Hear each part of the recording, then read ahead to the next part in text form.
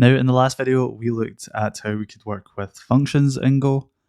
In this video, we're going to be looking at how we can start to create more complex composite objects using a concept called struct.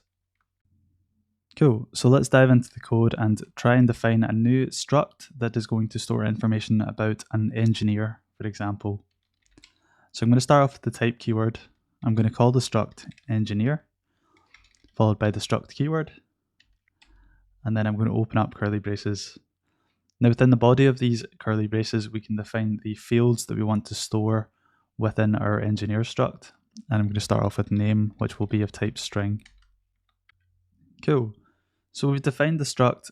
How do we now instantiate one? Well, let's open up the main function here and let's create a new struct. We'll call it engineer. We can then say engineer like so. We can pass in the name, colon, and we'll say Elliot. And then we'll do fmt println engineer like so. Let's try and run this. Go run main.go within the terminal. And as you can see, it's printed out the struct with the values within the struct, which in this case is just Elliot for the name. Now, just a quick tip. If you want to see the field names as well as the values, we can use a format string. So we can change this to printf. We can use percentage plus v and then a new line character. And then we can pass in the struct that we want to print out. And then let's run this again. So go run main.go. And we should receive more verbose output, which gives us the name of the field as well as the value, which is more helpful when you're working with more complex struct objects. Now, just to note, this approach that we've used to instantiate the struct is the verbose approach. We can also use the more succinct approach, like so, and that will still work as expected. And we can pass in additional fields if we had them, like so. So if we had age, we could define age as type int, and that would work as well. However, I tend to go for the more verbose approach when I'm writing production applications, as it gives us that added clarity and helps to make the code more readable and maintainable going forward.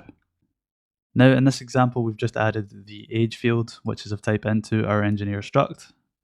However, it should be noted that if you don't pass this in when you're defining or instantiating a struct, any of the fields that you haven't specified will be zero valued, so keep that in mind.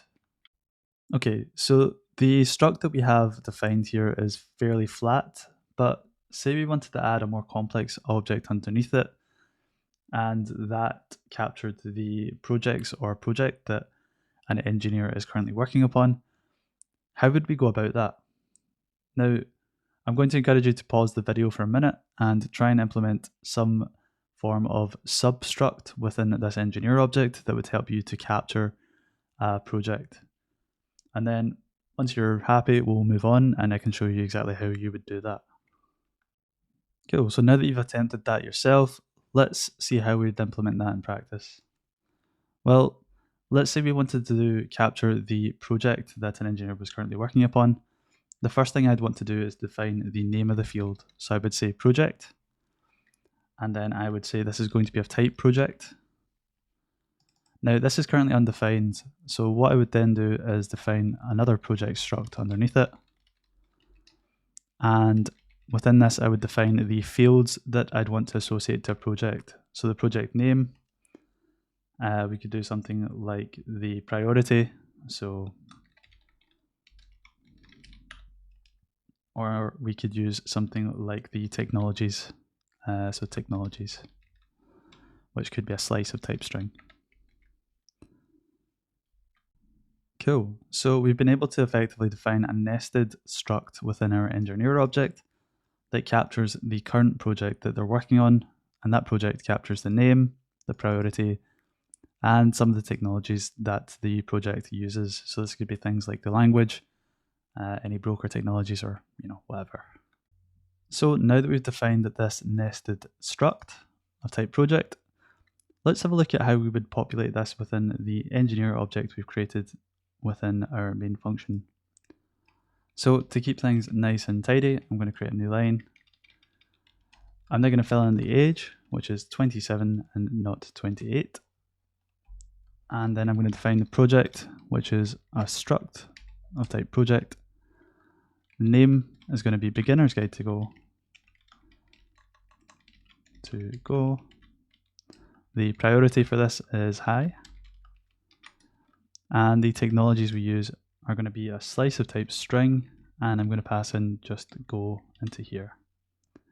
Next, we want to ensure that there are commas at the end of each new line here. And let's attempt to run this within the terminal. So go run main.go. And as you can see, this has printed out all of the field names and values. So we've got name Elliot, age 27. We've got the project nested struct being printed out. And you can see within this we have name, Beginner's Guide to Go, priority high, and technologies Go. Now, what happens if we want to print out a given field? Well, we could do so like this. We could do the name of the struct and then the field name that we want to print out. So let's say name, for example. We could then try and run this in the terminal. So go run main.go. As you can see, it's printed out Elliot. If we wanted to print out the nested field of the project name that I'm currently working on, then we could do project.name. We could then do go run main.go, and as you can see, Beginner's Guide to Go. Cool. So that's all we're going to cover in this video. Now, just to recap, we've looked at how we can instantiate or define structs within Go, and we've looked at how we can do more complex tasks such as defining nested structs. So in this case, we've defined an engineer with a nested struct type of project that has the fields name, priority, and technologies.